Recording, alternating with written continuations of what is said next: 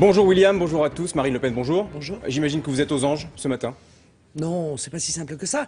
Je constate comme responsable politique que l'UMP n'existe plus. Voilà, l'UMP c'est terminé. L'union pour un mouvement populaire, l'union, il n'y a plus d'union, c'est une division d'une brutalité inouïe. Un mouvement ça avance. Bon bah là, par définition, ça n'avance plus. Ils sont encalminés, ils sont arrêtés net. Et quant à populaire, je crois que tout ça est très loin des aspirations populaires et de la défense des intérêts du peuple. C'est en réalité le spectacle de la défense d'intérêts particulier. Donc il n'y a plus aujourd'hui d'UMP, il n'y a plus que deux solutions. Soit ils refont l'élection, ce qui serait évidemment le plus raisonnable, soit l'UMP constate son décès et à ce moment-là crée deux structures différentes. Vous vous adressez directement à leurs militants ce matin ? Bah, écoutez, ces militants, ils ont été irréprochables. C'est malheureux parce que face à leur comportement irréprochable, ils ont face à eux des dirigeants qui ne sont pas à la hauteur, évidemment, de leurs espérances. Moi, ce que je dis aux militants de l'UMP, c'est fini. Quel que soit le résultat là, celui qui dirigera l'UMP n'a aucune légitimité. Voilà, Monsieur Copé ne comprend pas cela. Il est président autoproclamé, mais il n'a plus de légitimité dans le débat politique. Vous vous en servirez de ça dans les mois, dans les années à venir ? Enfin, écoutez, c'est pas s'en servir, c'est constater le fait qu'il n'a pas de légitimité. Or, comment est-ce qu'on peut être une opposition crédible quand on n'est pas légitime? Si vous voulez, c'est ça le problème. Est-ce que les adhésions ont augmenté chez vous ? Oui, bien sûr qu'elles ont augmenté parce que beaucoup, encore une fois, d'électeurs et de militants se rendent compte que le seul moyen de participer à une véritable force qui avance et qui va être légitime et crédible pour lutter contre le gouvernement socialiste, c'est de rejoindre la force nationale que représente le Front National. Mais je leur avais dit, d'ailleurs, avant même l'élection, je leur avais dit, je vous en supplie, ne participez pas à ça, ça va être une véritable mascarade. Je crois que, en l'occurrence... Oui, j'avais vu juste, je leur avais dit, renvoyez votre carte, ne participez pas à cette mascarade. Aujourd'hui, ils sont embarqués contre leur gré dans une affaire qui va durer des mois et des mois, avec, encore une fois, un faux président de l'UMP, ça c'est Jean-François Copé, autoproclamé, autoproclamé, et qui refuse manifestement de rejouer une élection dont il est à peu près convaincu qu'il la perdrait. Ouais, vous savez chiffrer l'augmentation des adhésions au Front National depuis le début de la crise ou pas ? Écoutez, on a commencé en multipliant par 3 au début de cette crise, et hier on en était à multiplier par 5 le nombre d'adhésions que l'on fait quotidiennement. Et encore, il ne s'agit là que d'adhésions Internet, car il y a énormément de gens qui viennent adhérer dans les fédérations directement sur le terrain pour participer à des combats qui leur paraissent essentiels. Je tiens à leur dire que nous les accueillerons à bras ouverts parce que je pense que le vrai combat contre la gauche doit être mené, et aujourd'hui et demain et dans les mois qui viennent, c'est évidemment pas l'UMP qui est en état aujourd'hui de le faire. Vous accueillerez les militants à bras ouverts, vous accueillerez aussi éventuellement des élus de l'UMP. Il y a les municipales en 2014, des candidats. Est-ce que vous pensez que votre mouvement peut profiter aussi au niveau des cadres ? Mais pourquoi pas ? Moi, j'ai toujours dit que nous étions là pour rassembler tous les patriotes. Or, il y a un certain nombre d'élus locaux de l'UMP qui sont très certainement des patriotes. Nous jugerons leur sincérité s'ils viennent nous demander de faire des accords locaux pour les municipales.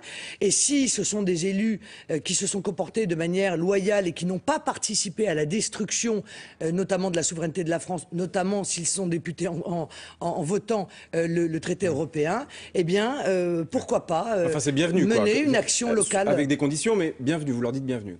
Mais oui, mais moi je suis là pour ça, je suis là pour sauver notre pays, je suis là pour défendre l'intérêt du peuple français. Par conséquent, je vais recevoir tous ceux qui viennent d'ailleurs de droite ou de gauche et qui ont compris que le vrai combat aujourd'hui, c'est le combat de la nation contre toutes les formes de mondialisation qui l'affaiblissent. Vous qui avez observé toutes les étapes de cette histoire depuis maintenant 8 jours, 9 jours, avec un paroxysme hier soir, l'échec de la médiation Juppé, qui est le plus fautif des deux, selon vous ?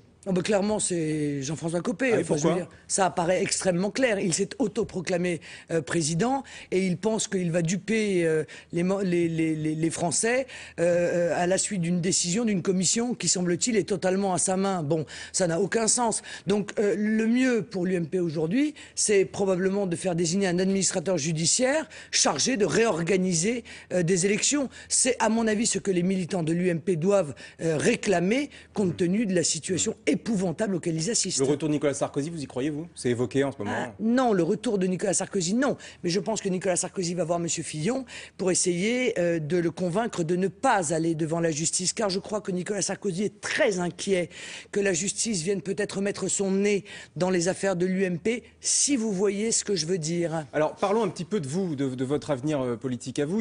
Vous êtes pendu à la décision du Conseil constitutionnel puisque vous avez déposé un recours en annulation concernant votre l'élection législative à Hénin-Beaumont, gagnée par Philippe Kamel, le socialiste.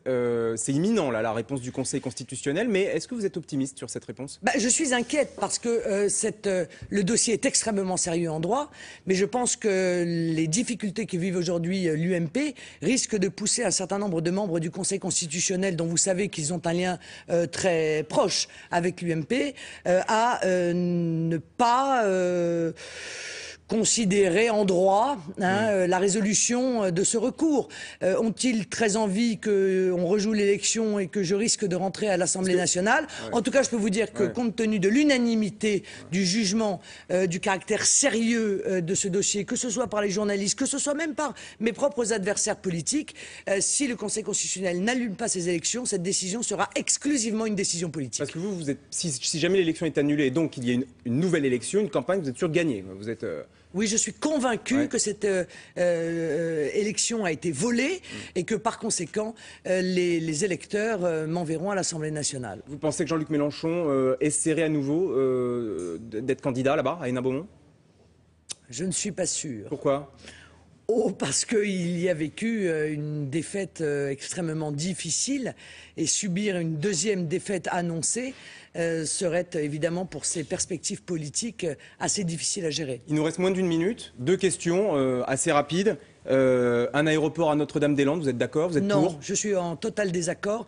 Nous vivons une crise effrayante. Les Français vont se voir appliquer une austérité terrible. Est-ce que c'est le moment de dépenser 600 millions d'euros alors même que des aéroports qui sont proches ne sont pas du tout saturés en termes de trafic? Et quand le ministre Arnaud Montebourg dit qu'il ne veut plus de Mittal en France, vous applaudissez? Oui, mais ça c'est une déclaration en l'occurrence à l'emporte-pièce. Ce que j'applaudis, c'est la volonté de nationaliser à titre temporaire une activité qui est une activité que je crois stratégique pour notre pays. Ça, je pense effectivement, c'est rare que nous soyons d'accord, mais là-dessus, effectivement, nous sommes d'accord. Mais il l'a dit pour une raison simple, c'est qu'il sait que son gouvernement l'empêchera de le faire.